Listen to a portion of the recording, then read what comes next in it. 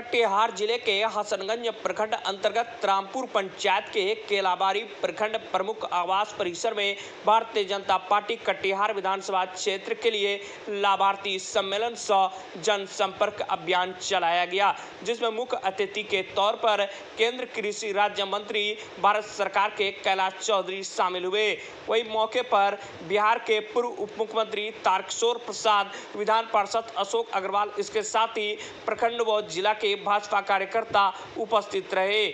लाभार्थी सम्मेलन कार्यक्रम का अगुवाई भाजपा प्रखंड अध्यक्ष राजकुमार मंडल ने किया, तो वही मौके पर मंच संचालन भाजपा के जिला महामंत्री प्रशांत झा ने बखूबी रूप से निभाया। मौके पर सभा को संबोधित करते हुए केंद्र कृषि राज्य मंत्री भारत सरकार के कैलाश चौधरी ने कहा कि केंद्र सरकार की विभिन्न योजनाओं के लाभ लेने वाले शौचालय, गैस कनेक्शन, कृषि आदि के लाभ लेने वाले लाभार्थी इस सम्मेलन में शामिल हुए हैं। उन्होंने कहा ग्रामीण क्षेत्र का विकास के साथ साथ देश का भी विकास हो रहा है,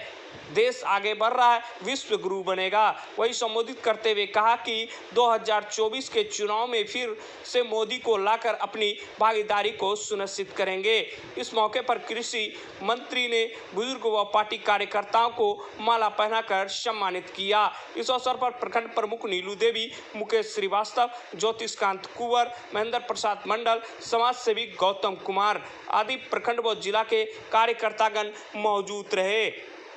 यहाँ पर आज लाभार्थियों का सम्मेलन हुआ,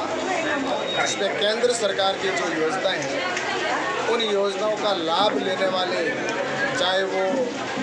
जिन्होंने शौचालय का लाभ लिया है या उन्होंने गैस का कनेक्शन लिया है घर में,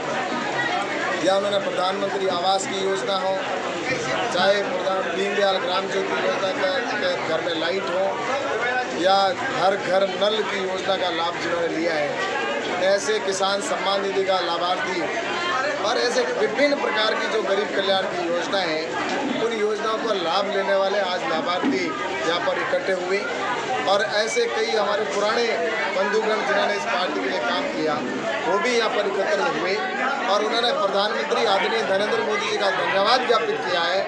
कि हमारे गाँवों के अंदर कभी हमने सोचा भी नहीं था कि ये सारी सुविधाएं उपलब्ध होगी, क्योंकि इन्होंने 60 साल तक इस गरीबी को भी देखा, यहाँ पर अभावों को भी देखा, यहाँ की समस्याओं को भी झेला,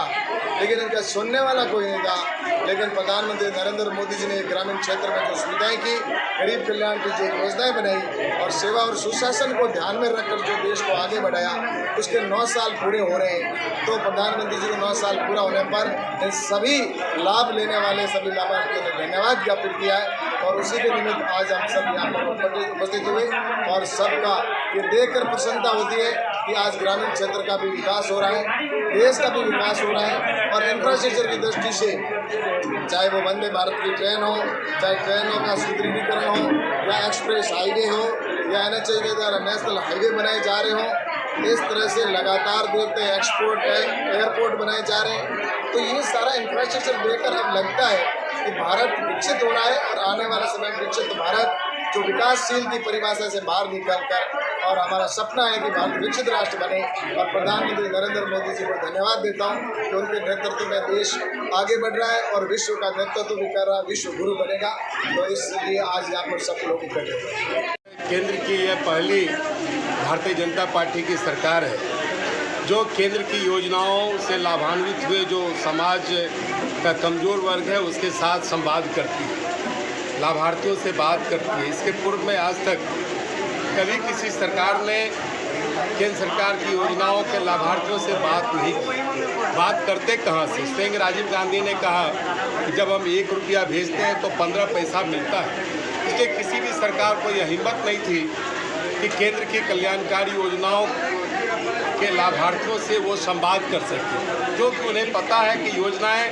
ठीक प्रकार से कभी भी लाभार्थियों तक नहीं पहुंच पाई। यह नरेंद्र मोदी जी के नेतृत्व में जो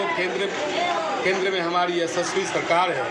और इसी सरकार ने ये हिम्मत की है और संवाद करके हमारे सम्मानीय केंद्रीय मंत्री, हमारे सभी वरिष्ठ नेता यहाँ उपस्थित हैं, हम लोग संवाद करते हैं, उसमें कुछ कमियां होती है तो उसको फिर सरकार तक पहुंचाते हैं। और यह भारतीय जनता पार्टी का ही हिम्मत है इसकी कि भारतीय जनता पार्टी सुशासन चाहती है। सुशासन और सेवा और लोक कल्याण के माध्यम से हमारी सरकार सत्ता